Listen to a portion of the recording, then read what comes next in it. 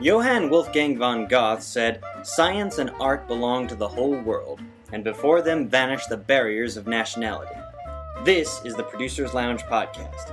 I'm your host, Richard Tucci, and on this week's episode, we have producer Tony Lund, who, even though he is still in his late 20s, has had a roller coaster ride, from CEO to pauper to producer of one of America's most successful science shows, rubbing shoulders with Morgan Freeman and Stephen Hawking.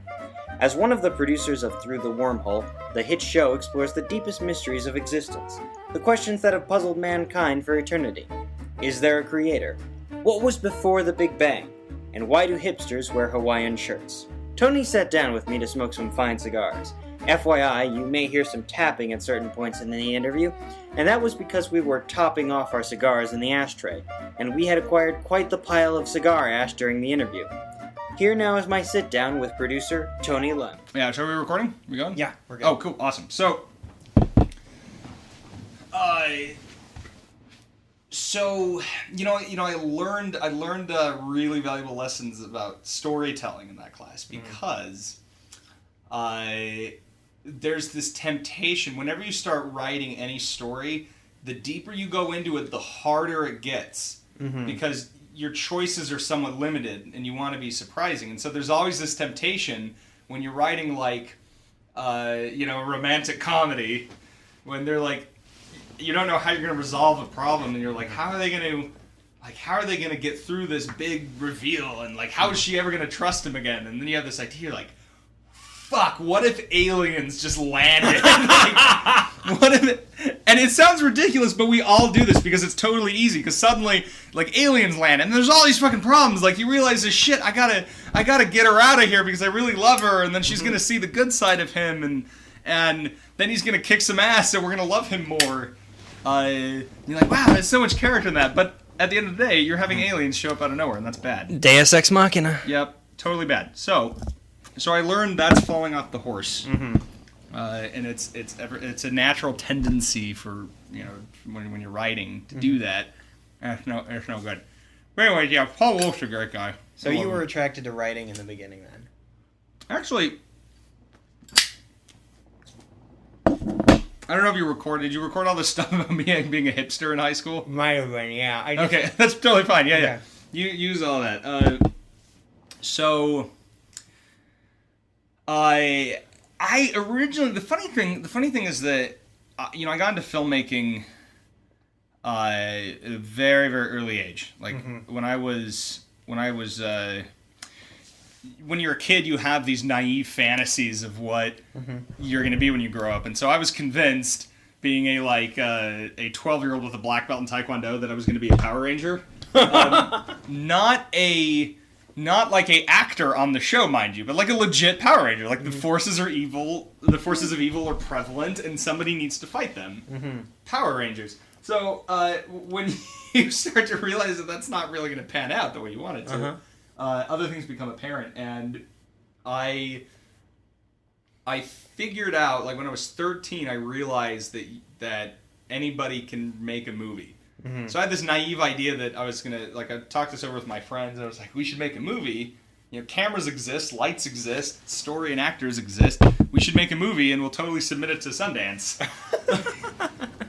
Local fan favorite, there you go. Exactly, because Sundance will totally take the cinematic musings of a 13-year-old. So that's what attracted me into it. So by the time I got to USC, I was convinced I was going to be a director. That was my thing. It was writer-director type. And that's kind of what we all want to do, because that's the fantasy. That's the person who we most laud for being the creative force behind a film. And, when you're really young, it's impossible not to ignore auteur theory. You want to be Steven Spielberg or you want to be Darren Aronofsky. And inevitably, I discovered in film school that I was actually a really talented producer. And so that's... How did that discovery come about? I had these great visions for films, like all film students do. Mm-hmm. They were all awful. But nevertheless, at the time, they were great visions. And they were just these really profound, amazing, award-winning films that just had to come out of the uterus of production. So in other words, both... I want to just germinate on that mental image for a little bit. The uterus of production. Yep. That's basically... That's the title for this episode. Yeah, the uterus of production. I both metaphorically and physically spent a lot of time inseminating things in college, and still to this day, and nearly 99% of it is fruitless. So... That's the story of so kids out there, you want to be a producer? Do you like fruitless insemination? Of course you do. You're a little wanker like all the rest. Try producing, you'll love it. They pay you obscene amounts of money to wank. And each time you think you're making love. Oh my God. You know, there's few times. But then the few times, what makes it all wonderful is the few times where actually something does, some sort of fruit of the loom takes hold. Which, by the way, do people realize that that's what that phrase means, fruit of the loom? It means your balls. Like, how amazing is that an underwear company, you know, because a loom is it's what you used to, you know, weave with back in the day. So the phrasing was like your clothes, where people would, like in Shakespeare's day, you would sarcastically call them like your looms, whatever you would loom. So the fruit of the loom would be whatever clothes holds your balls. And an underwear company comes along and they're like, what's the name of our company? How about ball fabric? Like, it's great. Here's what I didn't understand. As you started telling me that story, you just like spread your legs as wide as possible. All right, you're editing that out. No, that has nothing to do with the story. That has everything to do with the horribly uncomfortable couch I'm sitting on. Oh, okay. So how I discovered my producing tract was, so I had all these great ideas, and there's all these films, these great, wonderful, terrible wanker films. These films I was going to wank out, and I wanted to make them happen. I was determined to make them happen. So I would spend all of my energy and time and resources amassing these armies of students and colleagues and people and resources to make these movies. And the first one I did was before I even got to my production classes. I said, "Fuck it! Like I'm gonna make a movie." And I was one of those kids who got. Who was lucky enough to be in a high school that had a digital camera that I could rent out. So I was always making these bullshit short films throughout high school. Right. And so when I was a sophomore in college, I rounded up like 40 people to do this elaborate script that I wrote. There was this romantic comedy about a kid who gets the chance to meet up with the girl of his dreams, but as he's trying to write down the address of where he's going to meet her, he runs out of ink. So he has to go on this elaborate comedy of errors to find a pen. And what I realized, so I produced these things and they were great, but I was spending so much time and energy on making it happen that I never put the required time and effort into the script, or the directing, or the refining, or the constant creative polishing that you normally do with a show. And so I was a shitty writer and a shitty director, and that's what pushed me into a producing track. And what I found was that I was really good at it because I had no qualms getting on the phone, calling people, asking for favors. Just cold calling out of the blue. Cold calling. Right. Oh yeah, I produced a short film where I cold called Christopher Walken to try to get him to do my movie, and he was like, and he declined for good reason, but he actually considered it for a minute. Like, it was really cool. The real Christopher Walken? The real Christopher Walken. We just worked channels and like hit this thing, and we had this vain vision that our senior thesis film would have this cameo by Christopher Walken, and he basically told us, like, I applaud your efforts. And I've considered this, but it's just not going to work with my schedule. But thank you. Christopher Walken's number? The usual way a producer works, trickery. So, and when they sent us this email, that was like from the office of Christopher Walken, I just assumed it was him typing. I also assumed that he really considered our project and wasn't just giving us lip service. But and you heard his voice in your head, like titty sprinkles. No, like titty sprinkles. The Morgan Freeman effect. You see a picture of Morgan and you can't read it in any other voice. Which is... So you're out in film school at USC. Mm-hmm. What years are you there? I'm at USC 2003 to 2007. So then what resources did you take advantage of while you were at film school in order to further your career for when you graduated and prepare for that? I cultivated a lot of relationships with really talented people that ended up really shaping my trajectory. I got really lucky in that after film school, I never had to take a job. Like a lot of people after film school, they kind of go into like an assistantship, or they try to get go into the studios or corporate culture, or they try to just break out and like do their film, which actually happens more with grad students, or they try to get on set and work their way through set. I had this really strange experience where a group of my friends at the time, we had this idea to build a animation studio, and I was able to raise funding from a venture capitalist in the Bay Area. Okay, I know who you're talking about. Yeah, so this was I raised a ton of money and we got funded, which is really cool because there's a whole community of people in the Bay Area that they call the funded, because like that's the culture. It's like everybody's got a startup. You go to any cafe in Los Angeles and you go up to somebody and you're like, tell me about your script, and they'll be like, oh, well, my script is built about. Everyone can do that. What's interesting is in the Bay Area, everybody's got a startup company. So you just go to a cafe and you're like, tell me about your startup company. You're like, yeah, it's called Zazoogle. And it's a place for integration, and they don't even know what the fuck they're talking about. They're like, it's a place for social integration of media trends and for people to communicate and share and synergize the data that's in their lives. Zazoogle, And so everybody has this, and everybody's bullshit until you actually can point to a firm that actually funded your startup, and then you suddenly everybody wants to meet you, and that's what was cool. Like we got to meet all kinds of super successful, awesome people, and we got to take meetings with heads of studios. Holy shit! Yeah. So like, who did you meet with? So I can ask. Like, we met with a lot of people at Warner Brothers. Like a lot of people up the food chain. They were really interested in us. We met with a lot of people at Paramount. So like Jeff Robinov?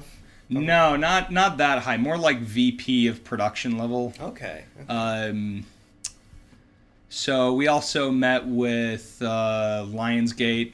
Nice. Yeah. Nice. So it was fun. We did what I now know is called the water bottle tour, which. If you haven't ever done it, it's great. It's where you have a hot project and everybody wants to meet with you, and you do this whole tour of like every company and the big and the small, and you make all these friends, and all they love you, and everywhere you go, everybody gets a hard on for each other. You're like, yeah, we want to work with you, and then you leave with nothing but a bottle of water. So, the water bottle tour. I like it. Yeah. Which is fun, because then you like that's it's part of the process, but it's a lot of fun.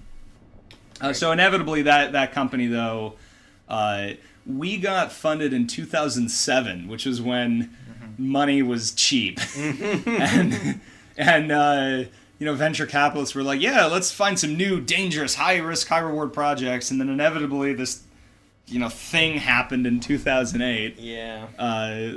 And the markets crashed and money became expensive, and so we didn't get renewed. So there's renewed for funding. Yeah, exactly. There's this thing where as soon as you get funded, what they tell you is like, they lay out the plan. Like, here's stage 1. We're going to give you this obscene amount of money. And then, like, stage 2 is we're going to give you an even more obscene amount of money. And then stage 3 is we're going to take you public. Uh-huh. And that's when you're going to become a gazillionaire. So basically they were modeling you after, like, Pixar or something. Yeah, exactly. And that's what the idea of the company was it was Pixar on a penny. Mm-hmm. So instead of doing 3D animation, which the market had gotten to the point where it's to make quality films is about brute force. That's why most lower budget CG films don't do very well unless they're ultra low. There's this no man's land. If you're going to make an animated feature, you have to do it for $10 to $20 million, which is super low budget, or you have to do it for $150 million plus. And you get Angelina Jolie to do the voice and everything. Totally. Yeah.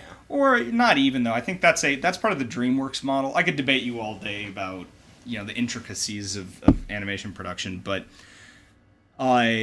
so our model was on the low end, and we were focused on doing 2D features, which we felt was underrepresented in the market. Like, people, if you had a really high quality 2D feature, people would go see it. Not as many people as like a Pixar movie or something with a brand name, but if you made Beauty and the Beast and it wasn't Disney, but the storytelling was aces and you got all the critical acclaim, and you released it and you made Beauty and the Beast for $15 million, well, you would only have to have a worldwide gross of maybe 40 to start turning a profit on theatrical. So, that's pretty that's accessible to do in a family feature market. So that was the thesis of the company, and we had a lot of fun. And it Did ended. you set up offices and the whole? Yeah, we did. Our offices were in Hollywood. Nice. Yeah. All right. So that ended, and that put me in an interesting position because I had a lot of knowledge and expertise at a very young age, but I also was very young and inexperienced. So I was too, I had too much experience to go get like an assistantship. Nobody wanted me. Nobody wanted me as an assistant, which I don't blame them because I'd be a shit assistant. I'm just not good with like detail management, and it's no good. Also, being anywhere at 9 a.m. in the morning is too early for me. Yeah, that sucks.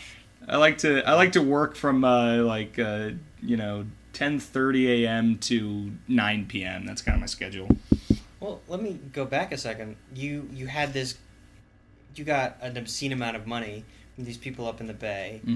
What kind of materials did you go in with? Did you have spec trailers? Did you just have a business plan, or did you have numbers?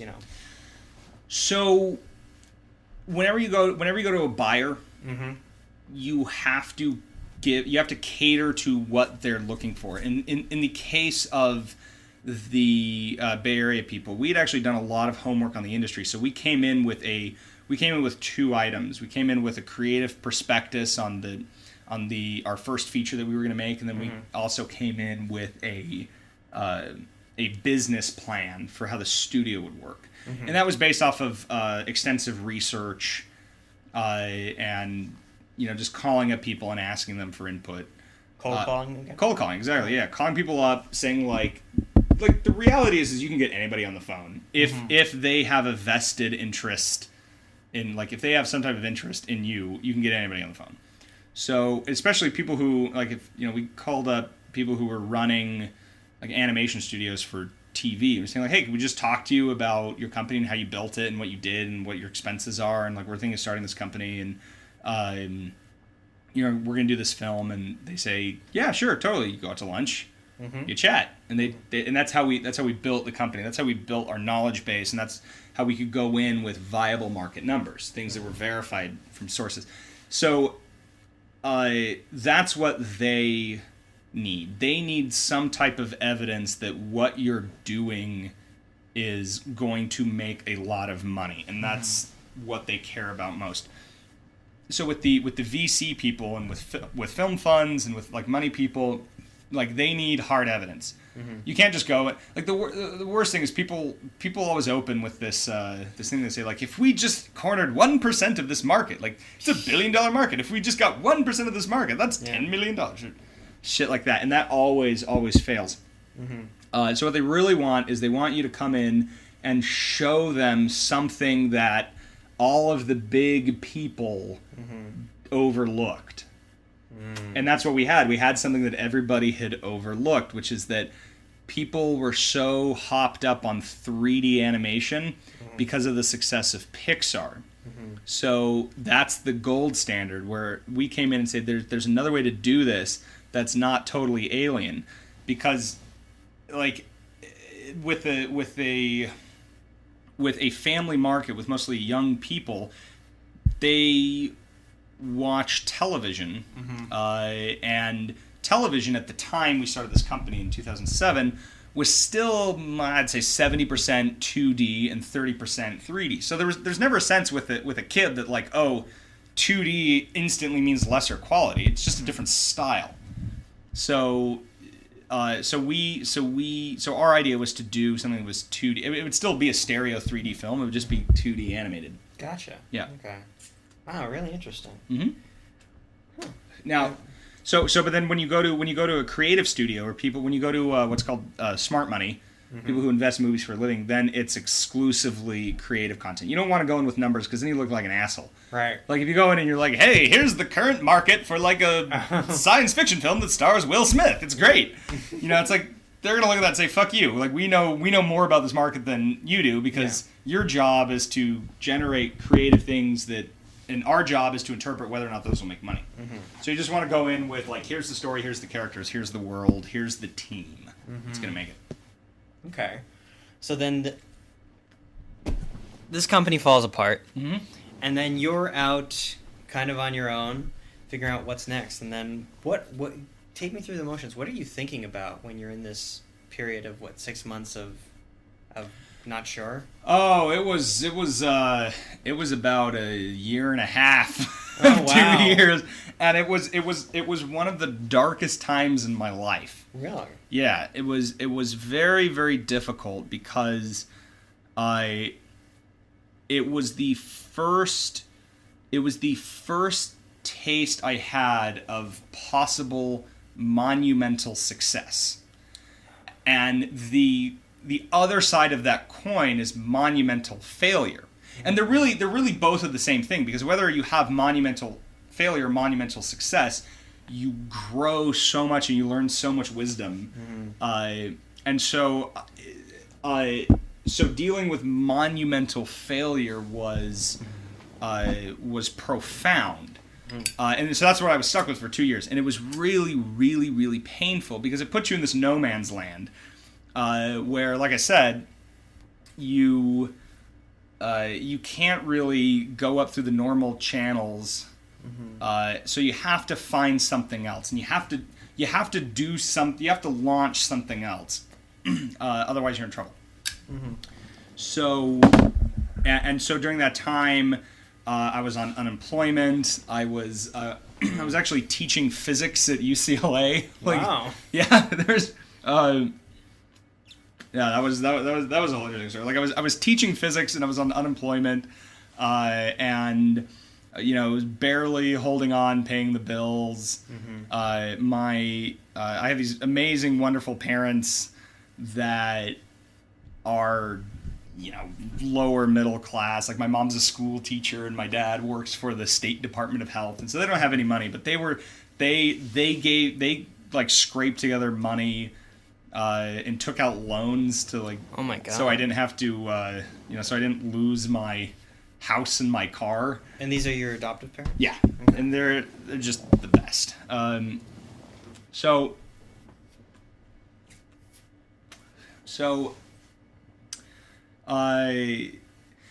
you scrape by. And I certainly it was a time of great soul searching. In fact, I'll tell you a story. I'll tell you a story about soul searching. I was I'm trying to figure out what my steps are. surrendering's not an option. I got to do something else. And I tried. I had a lot of false starts. I was like chasing scripts, but really as a producer at my level, without anything that actually got produced, it diminishes your likability. So I mean, you know just as well as I do that it's all a game of leverage and what you can leverage and what you know and what your expertise is. So I had expertise in fundraising and I had expertise in animation, but I couldn't get anything else to click. So I would chase after things and they would all fall apart. And so I'm spending a lot of time soul searching, and one of these things was I thought I'd go out into the woods. It's like I would go out into the woods and like meditate and focus and get in touch with nature, and so I have a little bit of survival training from my days in Utah, because Utah's a very like grab your gun in the Book of Mormon because the war's coming. So like, and we would spend we'd spend weekends as a 12-year-old like learning how to survive by digging snow caves and like learning how to hunt, and they're very into like the world's gonna go back 3,000 years any second now, and we're all gonna like doomsday preppers is a hot show in Utah, because most of us see that as like quackery. They call that reality programming. Oh my god. So I had survival training, so I was like, you know what I'm gonna do? I'm gonna go into the woods for a weekend without any food, with nothing but a compass, and I bought a BB gun, because it's like a pellet gun that I could actually hunt small game with, and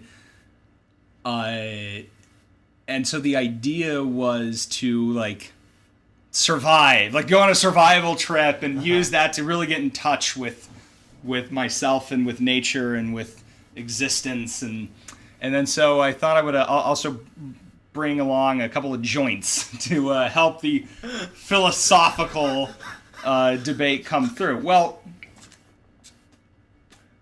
here's how this went down. So I drive up to Santa Barbara, and I get to the campsite, and I'm like ready to disconnect with nature and connect to the universe. And there's just like families everywhere, like blasting fucking like mariachi metal, and everybody, like there's all these people just like with big old like 48 packs of bud in their RVs, and like I can't get away. So I'm trying to find some place in the Santa Barbara National Forest to like get off the grid and go shoot some squirrels or catch some fish and eat them. And so the sun's setting, and so I wander off into the woods, and I go off the trail, and I have a map and a compass, and I'm an Eagle Scout, so I'm confident everything's copacetic, and I come along a little clearing, and I'm like, okay, this is a good place to set up camp. I set up camp, get everything ready, and I'm like, good. It's like time to think, meditate. So I spark up.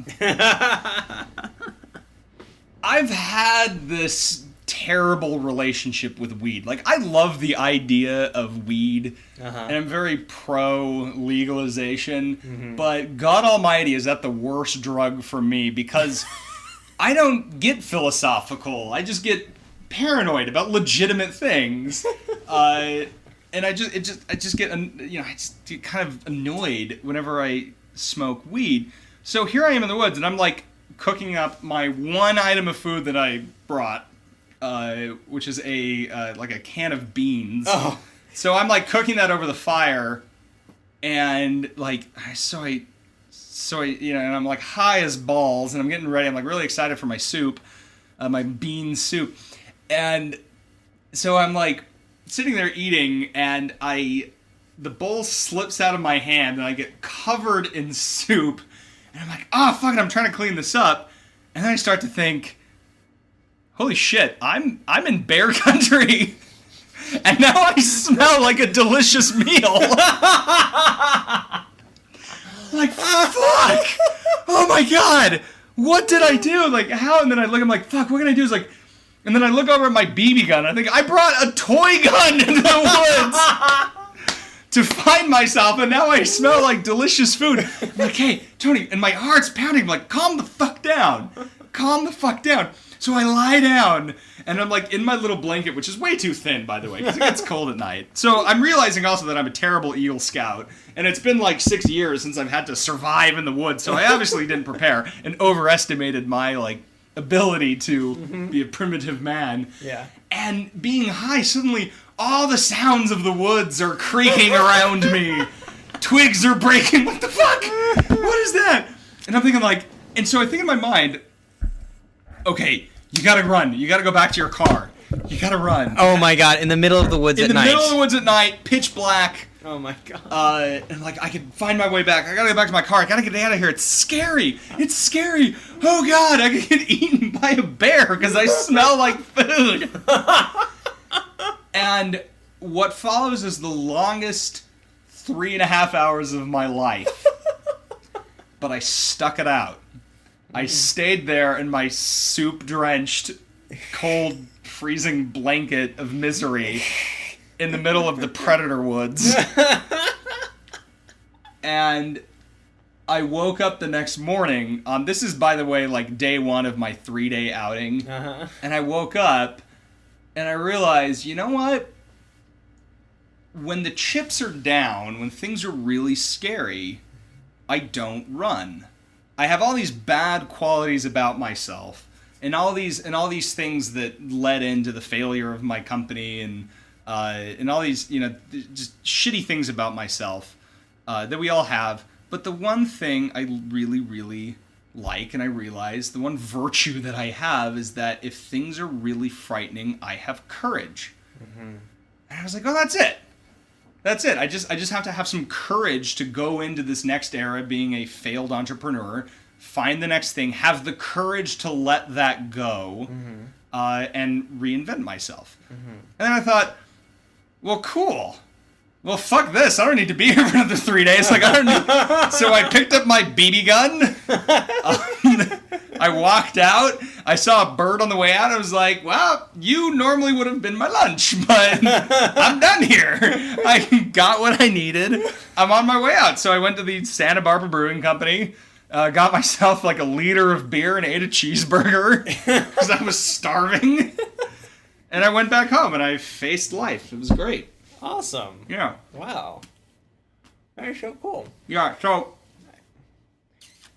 Yep, that's how I... And that's at the end of your 1.5 to 2 years of darkness. Yeah, that's close to the end. So, inevitably what happened... I also realized I was doing what I should be and just constantly going out to... constantly meeting people... Mm-hmm. Doing things, and I ended up on the set of a really low budget horror film being shot at the Playboy Mansion. Were you working for free or just PAing for? There was a friend of mine who called me. He was like, "Hey, you want to go hang out at the Playboy Mansion?" I was like, "Fuck yeah!" Nice. And I get there and they're like, "You need to sign this extra release." I'm like, "Oh, okay. Oh, I see." And then all the you know, they didn't have beer; they just had like apple juice, sparkly apple juice, and.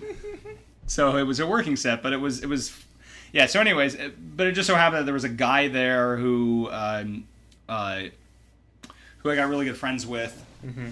Wonderful guy named Seth who was dating this girl who was working for this company that was approached to do this show for Morgan Freeman for the Science Channel, and they needed a film producer with a physics background. Nice. There you go. Well, fuck. Yeah. So I met with the showrunner, and it was like instantly fell in love with each other. Mm-hmm. We're the same people. He's kind of like the guy that I want to be like when I grow up. Except he has a PhD, and I don't. I'm a, you know, I wasn't cool enough to go get my PhD. So this is 2009 though. Now. Yeah, 2009. Okay. I meet James Younger, who's like the British version of me. Mm-hmm. So when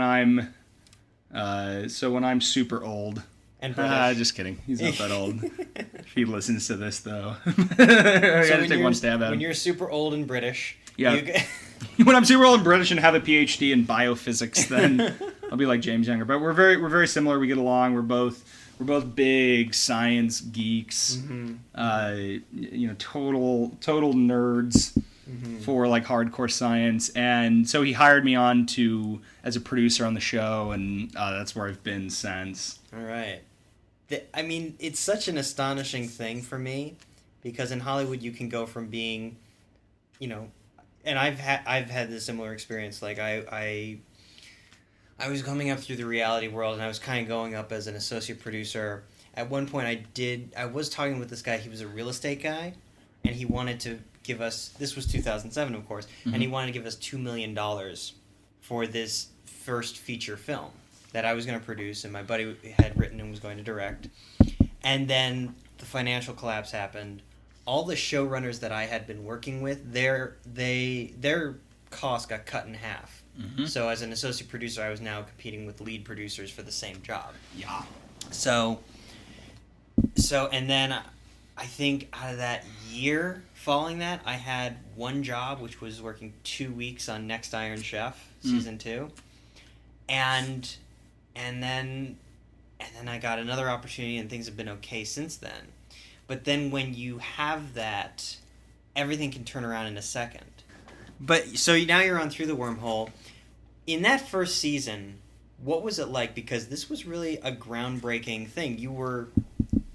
There was Nova on PBS, but there wasn't really great science programming out there, because TLC had kind of gone the route of which the route that inevitably ends with Honey Boo Boo. Yeah. Like the downward spiral of seduction into cheap reality thrills. Yeah. I know that well. Actually, I almost got tempted into that route once when I was pitching a project with a girl who was really close with the Suicide Girls company, and we were going to do this really dirty reality show about the wives of rock stars, just catty, bitchy women, and I did this. Yeah, that's a whole other. I got. Thank God it never got picked up or financed, because otherwise, But I was seduced into that world of like. You think you're like, I'm just gonna do this sort of shit for a while and build up some money, and then, oh, bad idea, bad idea. So season 1 of Wormhole was we didn't really know what we were doing, and that's inevitable for any show, because it takes some time to really figure it out, to really hone in on what it is, and because of that, you said there was like Nova and. There's Nova out there. There's also How the Universe Works, and there's also The Universe. Those are like, and those are very like cut and dry science documentary shows. Except Nova. Nova's awesome. And to anybody else who's listening, the other shows are really cool too. I'm just being biased because I love my show, but I'm sure they're great, and there's a lot of art that goes into them. Now, don't flame me. Which is the show that comes directly before Wormhole on? Oh, I should know this, but I don't, because I think it's one of the everything. ones you mentioned, like it's probably How the Universe Works. Okay, that's my guess. So anyway, these shows though, they are notoriously low budget, and we're no exception. And the reason why is because you go to ad buyers and you have to give them something to say, this is what we're predicting this will do ratings wise, and that's how you sell ads. And you can only estimate what else is on the market, and then throw in, but also our host is Morgan Freeman. Yeah. So we have a obscenely low budget. And we still do to this day, because all the metrics are. Once you have a budget, you really it's hard to increase it. We got a little bump on season 3, but not by much. So so it's an obscenely low budget, and Morgan did it because the genesis of the project was with his company. In fact, Morgan actually. He gets paid basically scale to do this. Like, he gets paid not a lot of money. Really? There's not a lot of overhead on it for star overhead? No. It's okay. Morgan is like, he's based for what his quote normally is. Even his low budget quote, like passion project film quote, it's so low beyond even that he gets paid, but he's basically donating his time just because he loves the show. It's his favorite thing to do. Right. He loves the show. He loves us. It's all because it's all Morgan's company that does this show. It's all Revelations Entertainment. So because we have that freedom to have authorship over the show, and we get to do what we want for the most part. then everybody loves it, and he loves it. So we're like super lucky in that regard, because otherwise we could not afford Morgan Freeman. Now that first week you're hired on as a producer, what is your role in that first week of that first season? So I was brought on first as an AP. Okay. Which in the nonfiction world. APs are kind of like producers, and producers are more like directors. So what I was doing was a lot of causing the film to happen on a logistical level. So I'm sort of half producer, half UPM, or no, not UPM, more like line producer. You are, because I've done AP, and it's a surprising amount of logistics work. Exactly, lots and lots of logistics. I had two roles really. I first was logistics. I oversaw 2 films, setting everything up, getting all of our experts, getting locations, getting all the moving pieces that go together to make the film happen. And then the second part also was overseeing the science content. So we... how big is the staff at this point? Is it 2 teams, 3 teams? So there's the immediate and there's the secondary staff. Secondary staff is like the people who do sound and graphics and picture, and so we won't include that. Or like also the crews. So not including them, it's probably a staff of 20 people, maybe less, 15, 20 people. Okay. Since then it's grown. It's about 30 to 40 is our immediate staff now as the show's grown. Gotcha. Okay. And that first story meeting, that first week, you say it takes a while to figure out. What do you guys talk about in that first week, that first story meeting, when there's no real archetype or template to follow? Do you just shoot the shit, pitch things back and forth? So what was season 1, we were... Back when we had an unlimited amount of science to choose from, we thought it was so hard, but good Lord, it was so easy. Because now our problem is that we've covered so many topics that we have to find new angles into things, and that gets really difficult because we pitch an idea and like, well, we've already done that in this show. So that's really difficult. But back then, first story meeting was, what areas of science do we want to explore? Let's just focus on big topics in science. And our show is phrased entirely around asking big questions. So, and that helped us really frame the shows, because what question can we ask? And, what questions can we ask? So we ended up, our questions for season 1 were, is there a God? Which we actually we rephrased it. We said, is there a creator? Because whether or not there's a God, you can't really verify that. That's like science and faith. Those they don't really meet in a Venn diagram. But is there a creator? Well, you can say, I can look at something and say if it's created or not, because I can scientifically analyze it and find implications of design. Such as the couch you're sitting on. I can scientifically analyze that and say, oh, that was designed. The Tale of the Rabbi and the Watchmaker. Yeah! You never heard of that? That, because I'm totally Jewish. Sorry, never mind. Sure, yeah, that.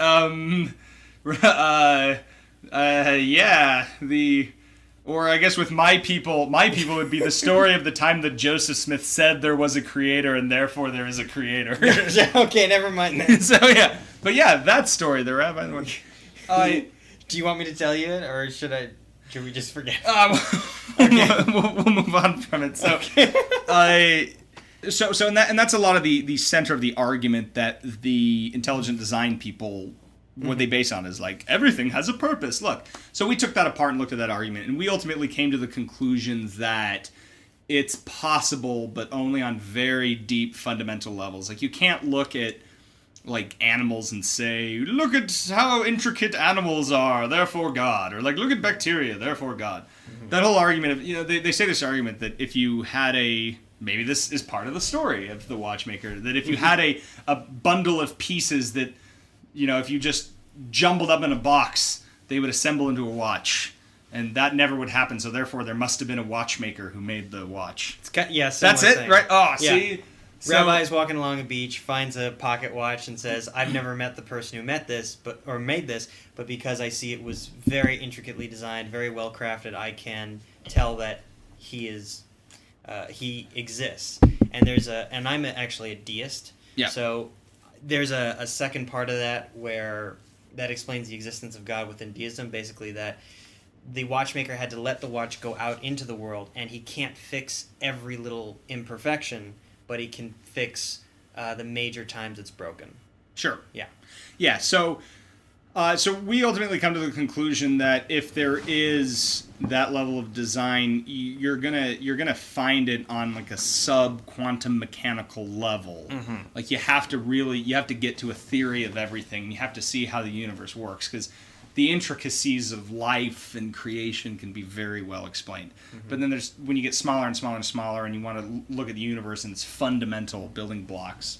Yeah, that's where you might find an answer. So that was one of our questions. We also asked things like, what's inside a black hole? Mm-hmm. What? This was my favorite. This is one that I came up with. Which what happened before the Big Bang? That was cool. Then we also looked at, like, can we travel through time? Mm-hmm. That kind of stuff. So we came up with 8 shows. We wrote them all up, started finding our cast, and made them. And when they premiered, we did really well. In fact, I produced I AP'd, associate produced, which is producing in the traditional sense, but because a lot of factual television, they don't give writing or directing credit because it's so low budget, and whenever you say written by or directed by, you have to pay money to the guilds. Like, they own that phrase, directed by. You cannot have a film and say directed by and have that be produced or distributed through a DGA signatory without the DJ signing off on it. Is Discovery Channel's DGA? Or Discovery Channel is a distributor, so it rests with the individual production company. So it rests on Revelations is signatory. Huh? Yeah, and just to complicate the story more, at the time it was a partnership with this other company called The Incubator, which is now defunct. But they were a more nonfiction focused, and Revelations, having produced a couple of nonfiction films, partnered up with them to cover all their bases, because they Incubator had the infrastructure that Revelations didn't. Gotcha. That was for 2 seasons, and then by season 3 it was all Rev. Nice. Yeah. Okay. So the episode that I produced, and was directed and produced by Jeffrey Sharp. It was the premiere episode called Is There a Creator? And when it aired, it broke Science Channel records.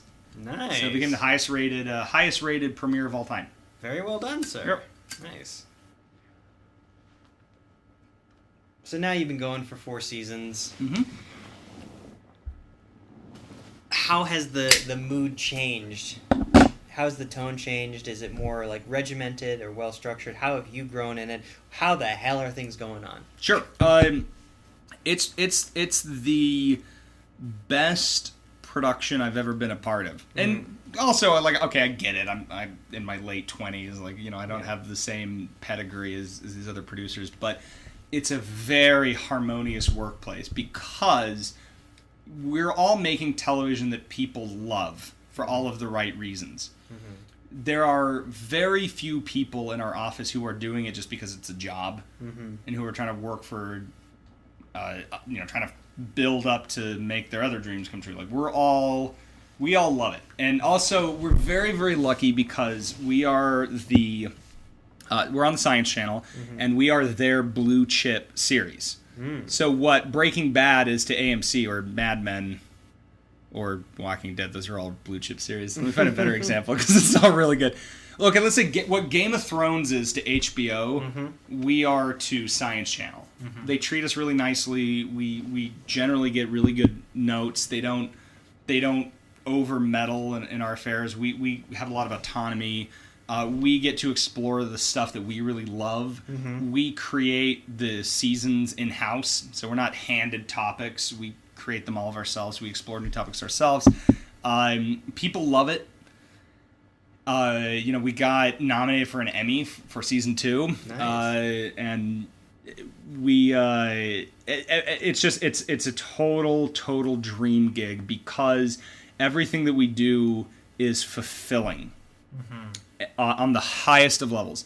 In fact, the beautiful thing is now Morgan has become part of the pop culture of science. And we love that because it used to be that he was, the voice of God and Mr. Gravitas and this great kind of booming personality that everybody loved. But what's amazing now is that everybody is associating Morgan with scientific thought. And that's incredible. We just saw that happen when Morgan went on The Daily Show a couple weeks ago. Yeah. He was out promoting the movie Now You See Me, and Jon Stewart's first thing, he comes out and like, they air a clip, and you see him, and Now You See Me, and they're like, ladies and gentlemen, Morgan Freeman, and he comes out, everyone applauds, he sits down, and Jon Stewart says, you're in this movie, I'm sure it's good. Tell me about black holes. And they start talking science, and the whole interview was about Through the Wormhole. And it's amazing. Everywhere he goes now, people, Morgan has become the poster boy for awe and wonder, and we love that, and that's because of the show, and it's amazing. It's amazing to be a part of that. Holy shit. Yeah. Did you realize this during the first or second season that this was, probably the second season because the ratings were through the roof, but during the first season, did you realize this was going to have such an impact, or was it just like, let's hope it works? No idea. Nobody did. No. You don't really know what it's going to become. People loved us enough, and the network loved us enough that we were able to talk about renewals for multiple seasons. Okay.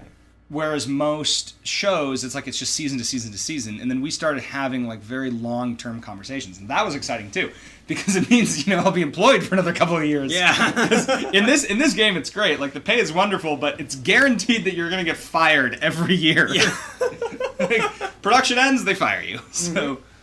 Thank God for California unemployment. Yeah, oh my God, the unemployment is so great. I was amazed. I didn't even know that existed. I was like, wow, I lived off unemployment for a long time, and fucking A, man, they send you checks in the mail, and you can live off those checks if you really live frugally.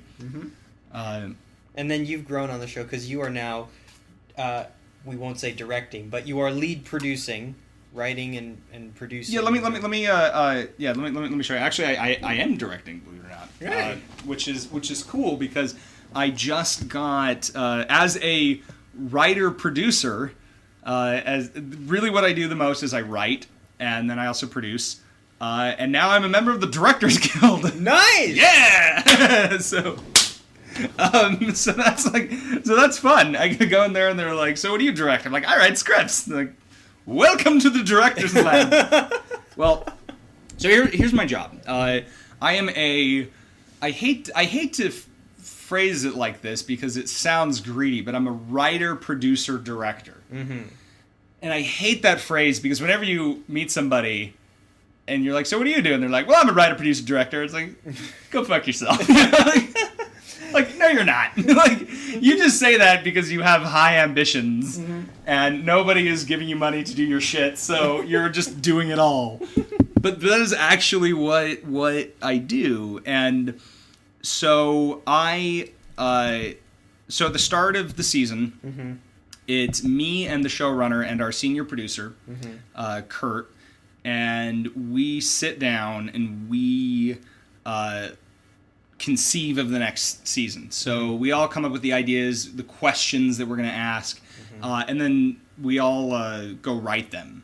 So we'll write them we'll write them first as a pitch, like a paragraph to a page, run it past the network, then we'll step up to writing a 5 to 7 page outline, and then that gets approved, and we step it up to a usually 25 page scriptment. So we'll actually write out. We'll call the scientists. We'll talk to them. We'll take their responses and write them into the show. We'll actually write the show, and we'll kind of use our best educated guess of what the scientists will tell us and how the scene will flow, and then that gets approved to go into production. So during development, I spend all my time writing and also producing in a creative sense, that I'm generating ideas and producing them through development. Mm-hmm. And then when production hits, I partner up with a AP, a wonderful, my wonderful Jewish mother, Mary Benjamin, who always is looking out for me, and she's the best producer I could ask for. Nice. So together we'll produce the episode. Mm-hmm. I'll go out into the field, shoot it, work with film crews, film all the experts, then take it back. So I'll be directed in the field, and then we take all the footage back. Spends a couple months in post, whittling it down, shaping it. Goes to graphics, goes to music, goes to picture. Does the normal post route, and I'll oversee that entire process. So it's from conception to distribution. Gotcha. Yeah. Okay. Wow.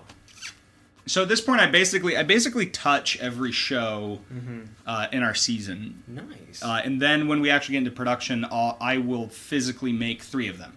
Got 3 out of 8. 3 out of 10. 3 out of 10. Yeah. Okay. One of the things I like about the show is that it's really visually interesting. Is that whenever it's not these like sit down interviews that you see in a lot of science documentaries. The scientists are doing things. They're describing things and showing things in these beautiful locations.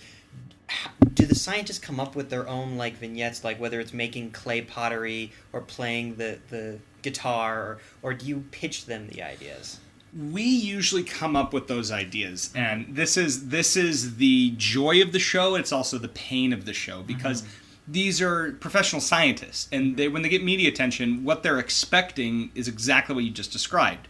Bring a camera, turn on a light, sit down, and let's talk science for 2 hours, and then let me get back to my day.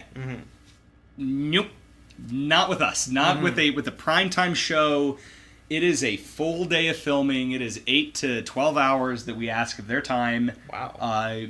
And it's very involved. It's very active, and that's the only way to make a show like this when you're dealing with complex topics and have you not be dead in the water. Because you start to tune out if you don't have things that visually communicate the story.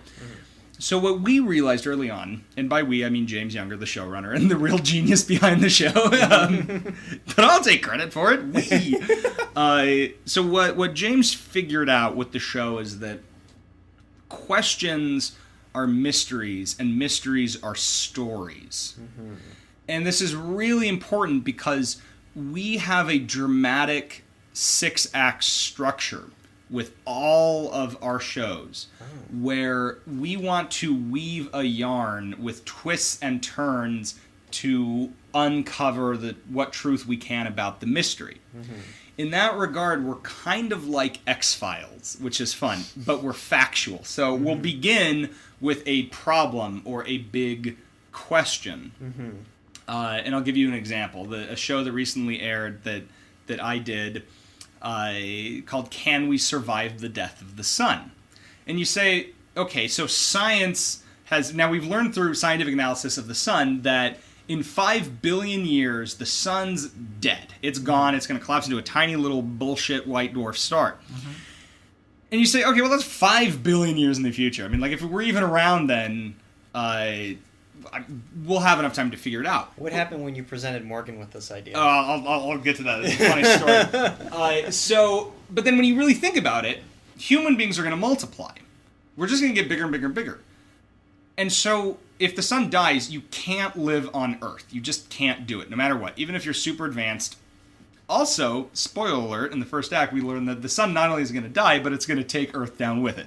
So Earth is fucked. Or as we have this amazing German scientist who, and I quote the show, he said, "So we were really surprised by the results because we looked at it and said, oh shit, we are doomed." Earth is going down. So in a couple billion years, first off, in 500 million years, Earth is going to be like Venus. Inhabitable by our current standards. Let's pretend that we can survive that. In 2 billion years, as the sun expands, it's going to pull Earth into it, and Earth is going away. So we have to leave. Well, okay, it's not impossible to conceive of sending out colonists, but how do you move an entire civilization? That's the mystery. How would you take the entire biomass of Earth and put it on another planet. And no matter what type of crazy sci-fi thing you want to invent in your mind, like, that's not an easy thing to do. Mm-hmm. So that's what the show explores. So that's the mystery. That's the murder at the top of the episode. And you say, oh yeah, fuck, how would you move a whole bunch of people? And then the mystery deepens and adds to more questions, like where would you go?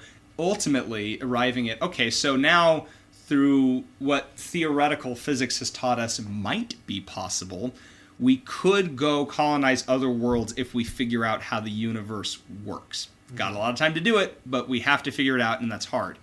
And we're not going to get there with singing reality shows. Nope.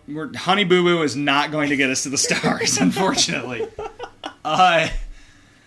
So assuming that we do that, then you have this other problem, which is that, well, eventually every star in the universe is going to go dark, and the universe is expanding, so you're going to run out of space and run out of stars. So what do you do then? Like, is there an ultimate end date for the human civilization? And if so, what would we know is when is that date where it's physically impossible for us to go on living, that we will, our civilization, all life in the universe will eventually cease to exist. Unless we figure out a way to create a new universe. And there's some physicists that think that's possible. Mm-hmm. So the idea then is you tell that as a story. And in order to have a story, you have to have some amount of drama. And our drama comes from ideas. And so we need scientists to present those ideas in a dramatic context. Mm-hmm. Luckily, because they're scientific ideas, we don't have to have scientists like calling each other like asswipes or anything, which would be great. Hello, Fritz, I have an idea. Yes, what is it? Yeah. Kind of hey, by the way, Fritz, your idea on string theory? Bullshit, you're an asswipe. Like, next time on Science Channel. That actually would work as a good show. Asshole physicists. The first Science Channel sitcom? Totally. Yeah. So we do things like in that show, we want to... dropped a cigar, and I didn't catch anything on fire, so we're good. There you go. So you want to illustrate that in a dramatic and interesting way. Mm-hmm. And how you make drama out of scientists is by illustrating principles. So, like, we had this guy, our Kraut, who figured out that the world is doomed! This amazing Kraut. And I can say that, by the way, because I'm German. So, by the way, who would ever thought that you'd have this, a Jew and a German over a pile of ash, and they're friends? Sorry. Maybe you should edit that out. I am leaving that in. Oh no! I can top it though. Yeah, okay, go. So I didn't tell you, but my mother's Jewish and my father is Italian German. So okay. So they probably had a lot to talk about when they met. Every morning I wake up and want to throw myself in an oven. Oh no! It's terrible.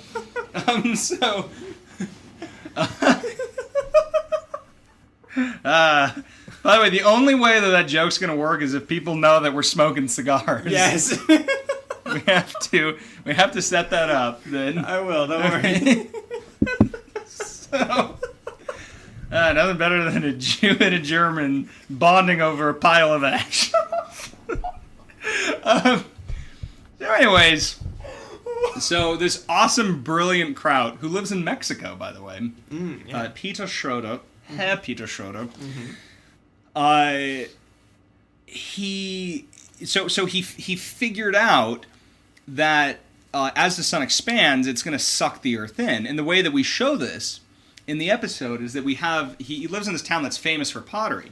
So we have this potter that spins this bowl, and we put a little cotton ball that's on fire in the center of it that represents the sun, and then this little wooden ball spins around the bowl. Well, what happens is that the sun loses mass as it burns up. As it expands, it's also losing mass. Even though it's getting bigger, it's actually getting lighter. Mm-hmm. So just like a cotton ball, as it burns, it gets smaller and smaller and smaller. And this decreases the gravitational grip of the sun on the Earth. So what happens is that the pottery bowl starts spinning faster. And so you see that Earth, as it spins faster, it gets farther and farther away. So that makes you think, well, shit, the Earth is going to escape. Because the sun's losing mass, and that expands the orbit of the Earth. Right? That was the old story. Well, Peter Schroeder figured out that we weren't taking into account the tidal forces between the sun and the Earth. Just like the moon pulls on the Earth's tides, so too does the Earth pull on the liquid plasma of the sun. And that creates a bulge, and that changes the gravitational balance.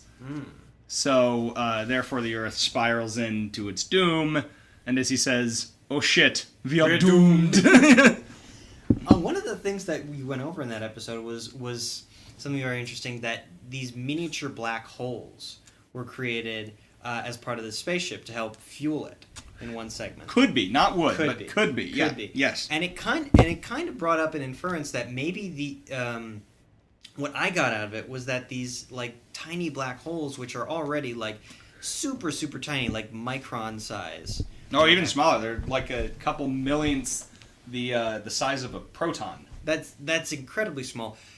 Do those exist in everyday life without being created or prompted by man-made energy? In everyday life, in the sense of like within our vicinity, the cosmos, no, because we would know. But that's a really good question: are really tiny black holes produced naturally? And nobody knows because we've never observed them. But what happens? But they're possible to observe.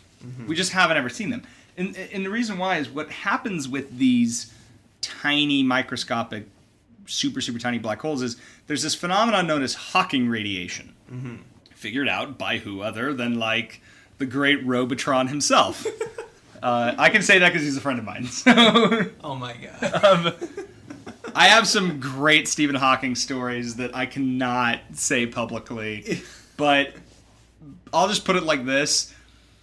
That dude has so much charm that he can get an obscene amount of female attention and not even like by not even moving. That's how charismatic he is. Wow. He's so charming that like ladies just love him.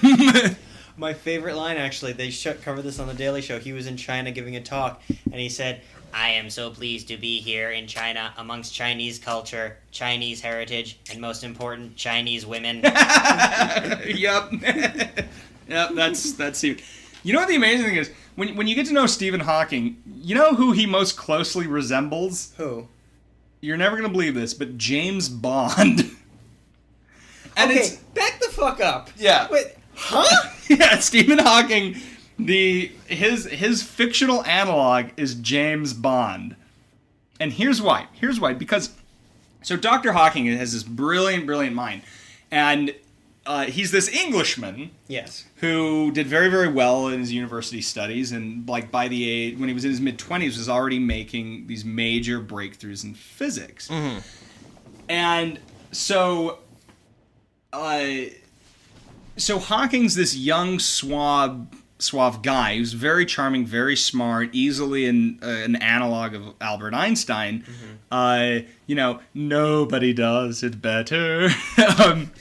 So he's already like climbing on top of the world, and when he gets this severe medical condition, he's ALS, starts getting clumsy, starts losing motor control, and eventually he gets put in this chair. So the two things happen. One, he defeats the odds. There's always this death bullet in physics that has your name on it, where if you don't win over your peers, it's a death sentence when you're trying to get like tenor. So when you're a physicist, getting tenor is like defeating a supervillain. You have to outsmart everybody, and then they say, "Okay, you're okay." You're good. So he's traveling around the world, going into like layer after layer of physics labs, taking over the world, and he publishes this beautiful, beautiful paper on black holes. And without getting too technical, it basically describes the thermodynamic properties of black holes, and it beautifully explains this big problem of whether or not information, whether or not if it goes into a black hole, if it's lost forever or not, or what happens when not information, but when things go into a black hole, are they lost forever? And he elegantly explained that they're not. And this is one of the most groundbreaking, paper in physics.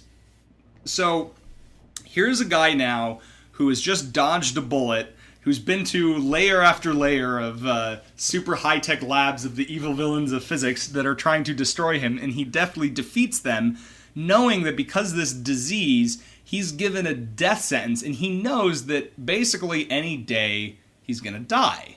Because people with ALS don't live very long lives. So what does he do? Well, instead of like retiring after publishing this big paper and like going to a hamlet and like living the rest of his days on an English lake contemplating life, he goes in the opposite direction and takes the world head on. And he lives like there's no tomorrow. Super suave and charming. So he's going all around the world, facing impossible odds, like charming and suave and debonair as all hell, like enjoys sophisticated beverages. And like dines with the finest of humanity, and all of it comes from like this burning passion that's tied to this knowledge that at any second he could die. James Bond. It's the same character. Like James Bond is the way he is because same thing that drives James Bond. The only difference is that Dr. Hawking is a pretty shitty driver.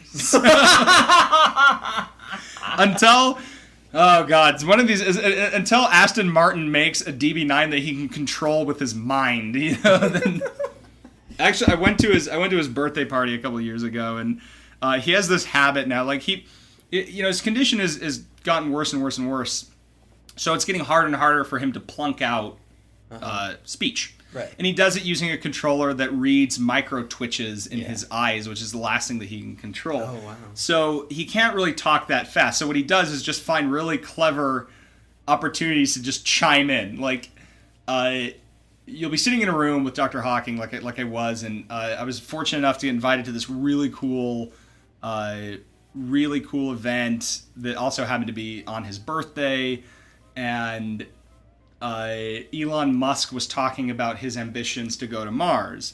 And he was talking, he says, well, the thing is, Mars is our ultimate human ideal because we're starting to lose control of Earth and we're not doing a very good job. So we have to look for elsewhere to really rebuild our society. And then suddenly you just hear, yes! And then he just like chimes in randomly with, yes! And everyone laughs. He's a surprisingly funny guy. I have two questions. One is a joke. One is serious. Shoot. I forgot the joke, so I'll cut this. Okay, good. Okay. It sounds like a great line that Marlon Brando would say, I remember a joke in a good story. I remember the joke in a depressing story. I forgot the joke.